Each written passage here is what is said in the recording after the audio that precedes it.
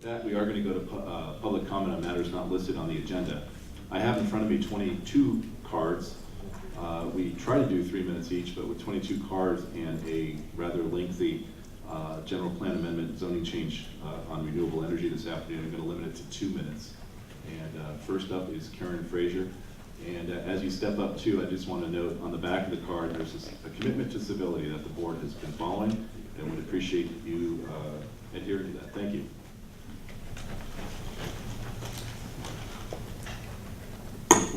Good afternoon, ladies and gentlemen. My name is Karen Frazier.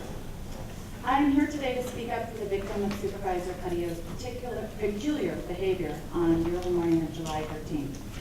In Supervisor Carrillo's August 20th address, he admitted to his being at the victim's apartment and acknowledged in his own words that his behavior disrupted the victim's absolute right to enjoy the peace and quiet of her home.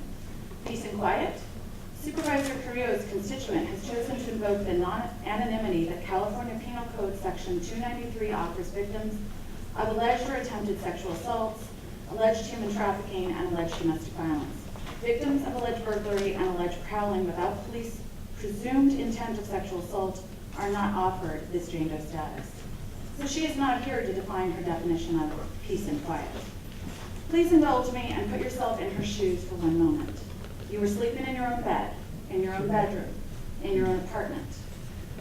When you hear an unusual noise that awakens you. In your sleepy state, you realize that someone has broken through the screen of your open bedroom window and is making the blinds rattle. Adrenaline and cortisol begin coursing through your veins as you prepare for instinctive fight or flight. How can you fight? The phone, you fumble for the phone, and the light. You call 911 and report that a man is breaking into your bedroom window. Santa Rosa Police Department officers are on the way. You are ready to escape from the side of your apartment opposite the unwanted entry. The front door maybe. But now there's a knock on the front door and the man says he's your neighbor. You call 911 again. You wait and pray. The real victim is not Supervisor Efren Carrillo. And the alleged criminal is not the disease of alcoholism. I know from experience that a violation of personal space creates fear and terror that lasts much longer than 28 days. If Supervisor Carrillo is in fact, and I quote, in an intensive outpatient program at Kaiser Permanente or a PHP, partial hospitalization program, he is then only in the office from 3:30 to 5 p.m. each business day. Karen, you have to wrap it up. That's only 7.5 hours a week for 8 weeks minimum while still earning an annual salary of over $146K. I urge him to resign. Thomas Benfigli. Apologize if I mispronounced that.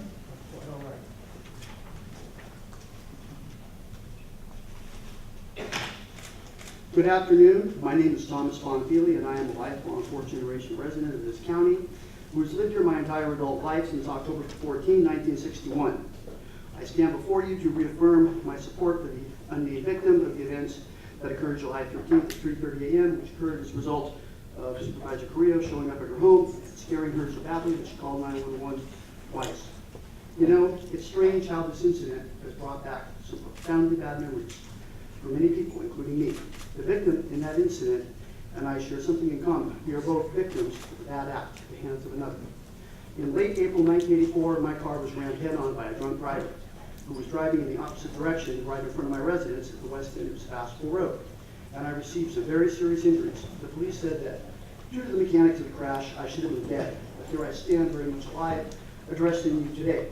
I remember that I had a great support group back then, which consisted of parents, friends, wonderful neighbors, caring members of the community, and their kind words and deeds did much to aid my recovery. And the victim of Efren Carrillo's incident will survive and emerge strong due to her family, friends, and caring members of the community speaking out on her behalf. I find it disturbing that one of Mr. Carrillo's friends would attempt to mollify the seriousness of this incident and the circumstances surrounding it by referring to them as bumps and distractions. While Mr. Carrillo certainly has the right to pursue a defense in criminal court, which I expect he will pursue vigorously, please be aware and advised that since we live under a system of participatory democracy, the debate in the court of public opinion will also proceed vigorously, and I know this fully expected to. Perhaps that singular American statesman, Adlai Stevenson, said it best in his outstanding presidential nomination acceptance speech at the 1952 Chicago Democratic National Convention. When the tumult and the shouting die, when the bands are gone and the lights are dimmed, there is the stark reality of responsibility. Accordingly, I ask that Efren acknowledge his own personal stark reality of responsibility, and that for the good of the victim, the good of the county, and the good of himself, that he resign his position as 5th District Supervisor. Perhaps then our community will finally be able to move on from this terrible chapter in our county's history. Thank you. Alice Chan. Good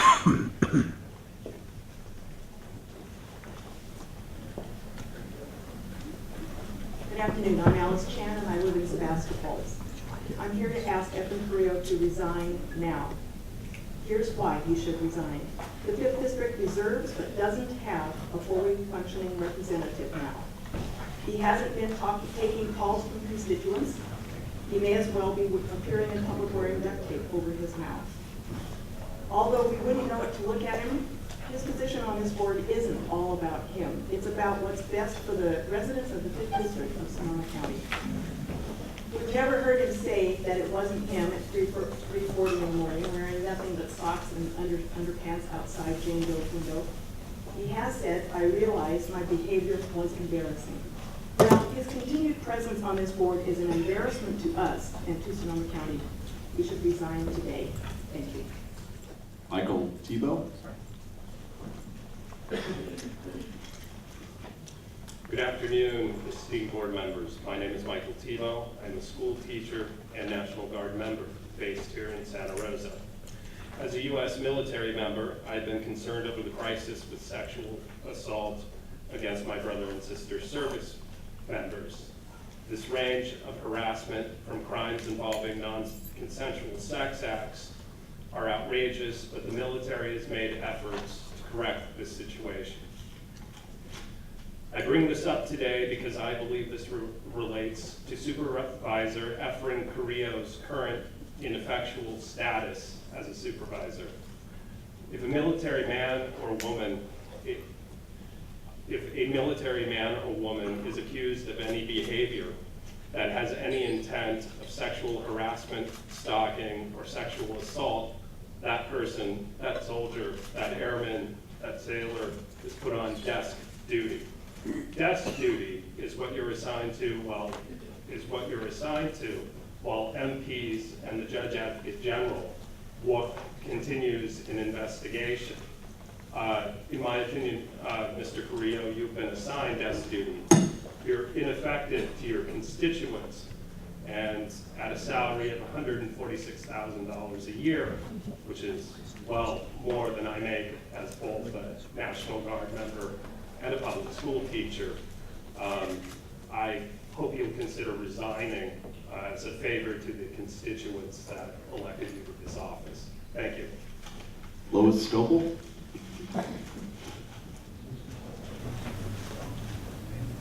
Hi, my name is Lois Stoppel. I'm a lifetime resident of Sonoma County, 5th generation California.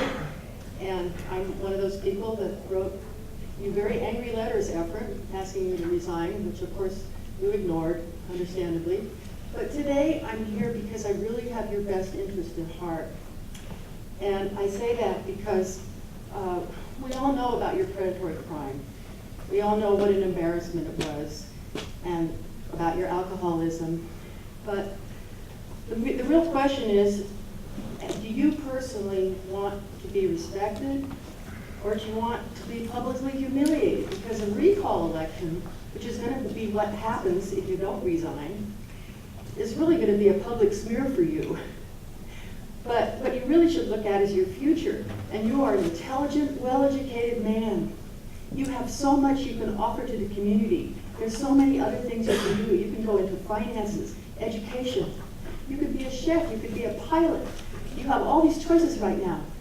And in making one of those choices, in mustering up the courage to resign, you know what you're going to get? Something you'll never get right here. You will get respect. So please, go deep inside and show us your integrity. Show us your courage. And show us your dignity by being a man and stepping down. We want you to be respected, not to be smeared. Thank you. Thomas Morabito.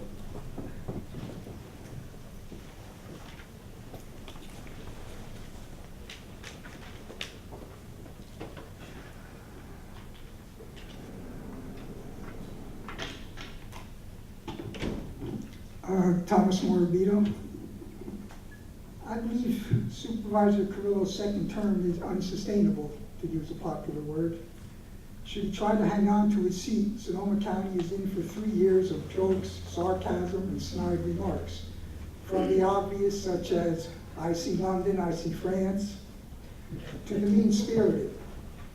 I wonder what he was drinking when he voted on that one. About a month ago, I came before you and spoke about how the debate regarding Sonoma Clean Power has shown the deep lack of trust the people of the county have for their Board of Supervisors. This situation is not helping with that whole trust thing. Do any of the other supervisors plan on helping the people of the 5th District to get the representation that they deserve and expect? What provisions are being made to accommodate women in the 5th District who might be uncomfortable interacting with the supervisor facing these types of charges? Will you provide chaperones for meetings? I mean, come on now. The best results that can be hoped for out of all of this is that Supervisor Carrillo has a very serious alcohol abuse problem. That's the best case scenario here, the best ending we can hope for.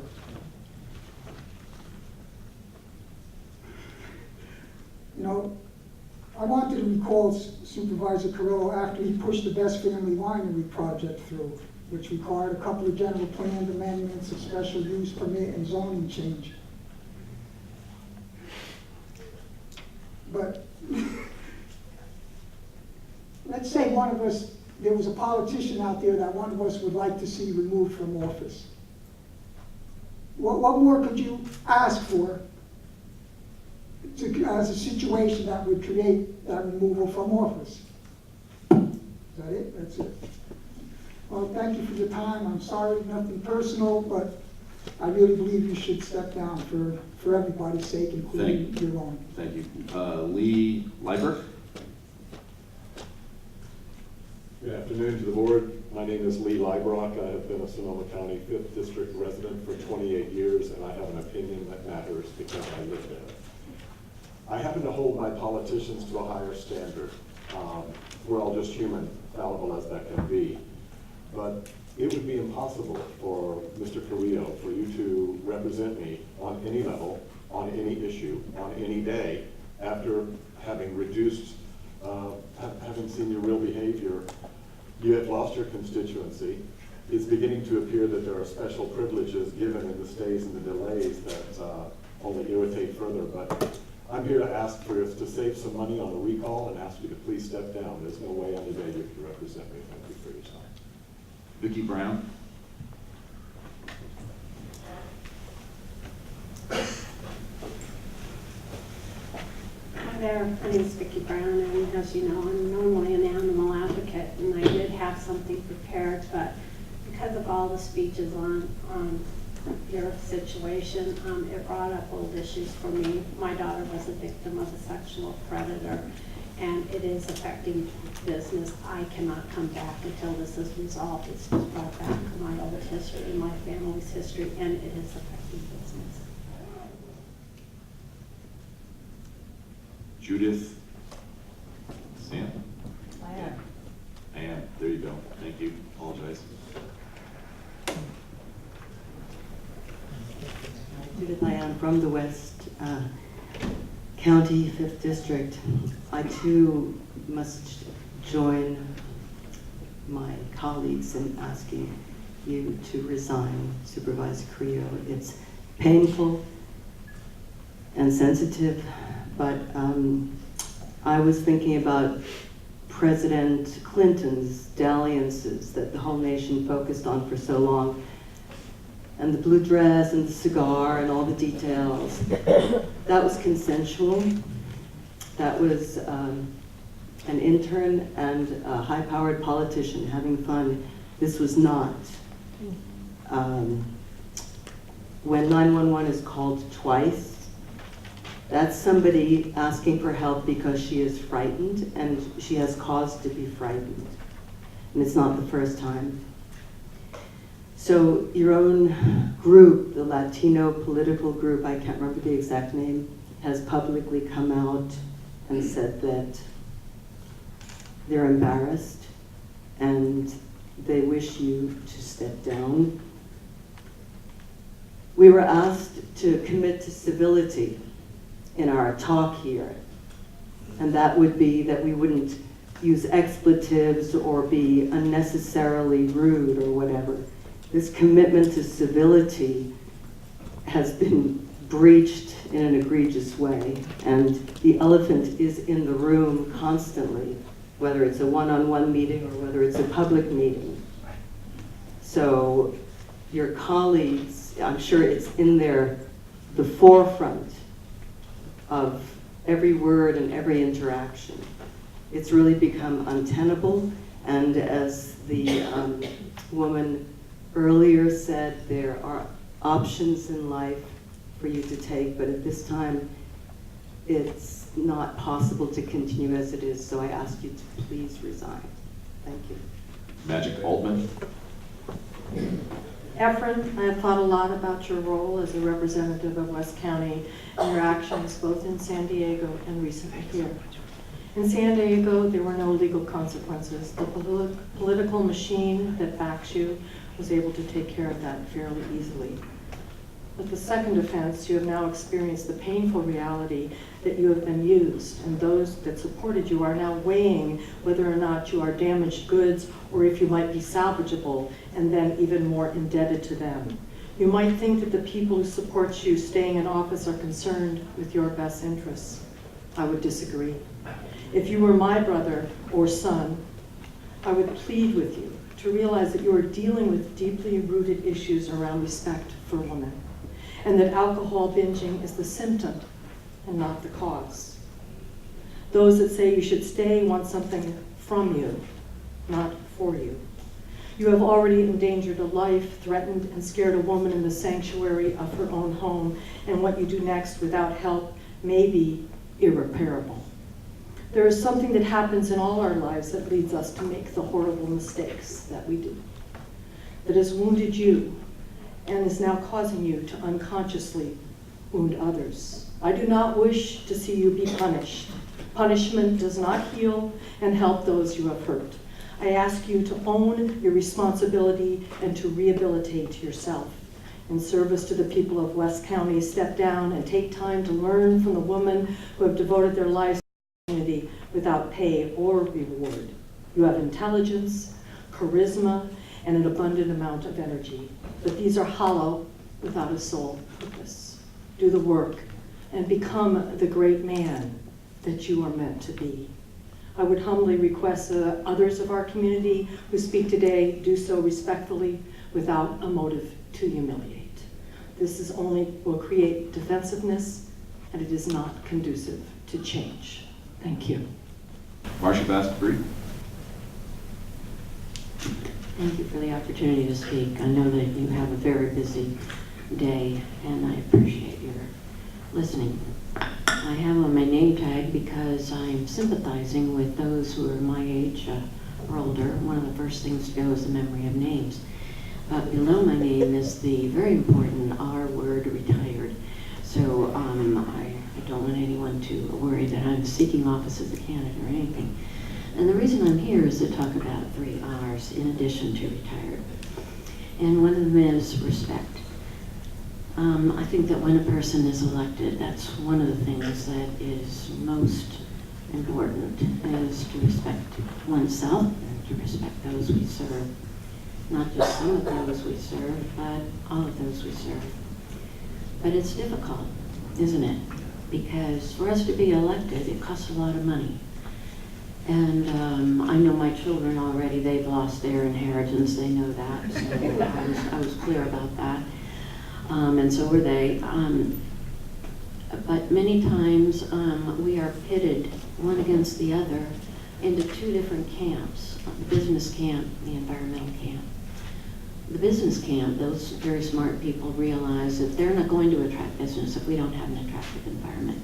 And the environmentalists realize we're not going to be able to afford the amenities we need if we don't have business jobs in which to work.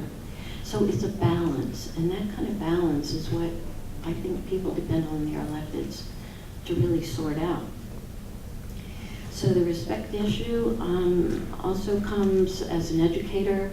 I was a teacher and then a counselor with Santa Rosa City Schools. I came here in '73, and I was a project manager, and that's Title I. And you also know about federal government that sometimes those grants don't continue. So I thought I'd better, with 2 children, find a job that would be more secure, and that was as a counselor then for Santa Rosa City Schools. And I worked very closely with a woman. My time's up. Yeah, if you could wrap it up, please. Okay, I will. Yolanda Martinez. And Yolanda Martinez, some of you know, was a teacher of Spanish and English at Santa Rosa High School, and wrote a wonderful letter to the editor in support of Mr. Carrillo. I want to say that Noreen Evans had asked me to go to the Latino Democratic Club with her, and I've since been a member. It was a difficult decision to support Efren, but they wanted to do that. We believe that the responsibility and recovery issues are important and will take time. Thank you. Thank you for that. That is my 23rd and last public speaker card. Is there anyone else in the audience who would like to speak to this body on matters not on the agenda? Seeing no one rise, we'll close public comment. Thank you very much.